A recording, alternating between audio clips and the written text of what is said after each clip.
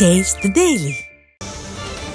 டெல்லியில் உள்ள மத்திய போதைப்பொருள் தடுப்பு பிரிவு அலுவலகத்தில் ஆஜராக வேண்டும் என்று ஜாஃபர் சாதிக்கிற்கு சம்மன் அனுப்பப்பட்டிருக்கிறது.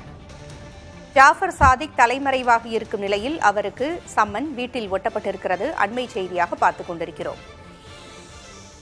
மத்திய போதைப்பொருள் தடுப்பு பிரிவு அலுவலகத்தில் ஆஜராக வேண்டும் என்று ஜாஃபர் சாதிக்கிற்கு சம்மன் அனுப்பப்பட்டிருக்கிறது.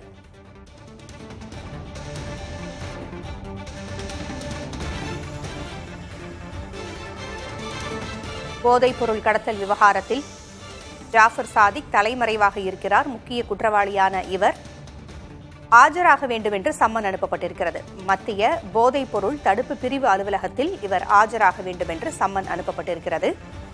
அவரது வீட்டில் இந்த சம்மன் ஒட்டப்பட்டிருக்கிறது. சென்னையில் உள்ள அவரது வீட்டில் இந்த சம்மன் ஒட்டப்பட்டிருக்கிறது.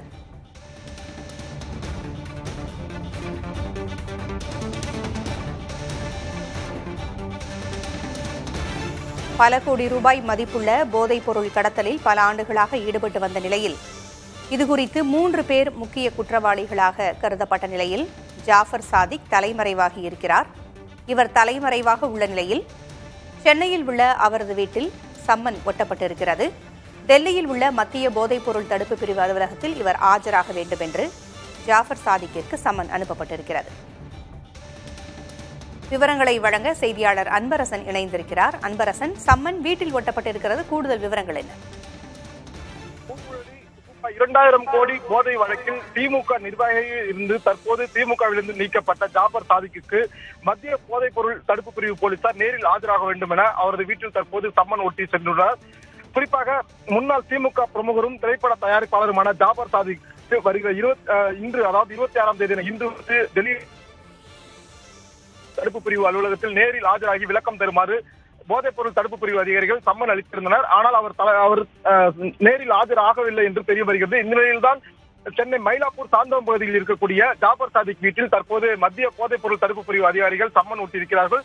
டெல்லியில் கடந்த சில நாட்களுக்கு முன்பாக 50 கிலோ போதைப் பொருளுடன் 3 தமிழகத்தைச் சேர்ந்த 3 நபர்கள் கைது செய்யப்பட்ட நிலையில் அவர்களிடம் நடத்தப்பட்ட விசாரணையில் தமிழக சினிமா தயாரிப்பாளரும் முன்னாள் திமுக நிர்வாகியாகவும் இருந்த ஜாஃபர் சாதிக்கு தான் இந்த கடத்தல் கும்பலின் முக்கிய தலைவராக இருந்தது தெரிய வந்தது.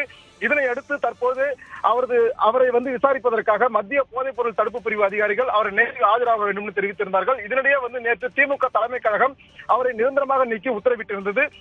இந்த நிலையில் தான் தற்போது அவர் நேரில் ஆஜராகாததால் சென்னை மயிலாப்பூரில் இருக்கக்கூடிய சாந்தோம் பகுதியில் இருக்கக்கூடிய அவரது வீட்டில் தற்போது மத்திய போதைப் பொருள் தடுப்பு பிரிவு அதிகாரிகள் சம்மன் ஒட்டியிருப்பதால் பரபரப்பு ஏற்பட்டிருக்கிறது. பூங்குழலி, மத்திய போதைப் பொருள் தடுப்பு அலுவலகத்தில் ஆஜராக வேண்டும் என்று ஜாஃபர் சாதிக்கிற்கு சம்மன் அனுப்பப்பட்டிருக்கிறது. விசாரணை கண்டிப்பாக விரிவுபடுத்தப்படும் என்று எதிர்பார்க்கலாம். தகவல்களை வழங்கியமைக்கு நன்றி அன்பரசன்.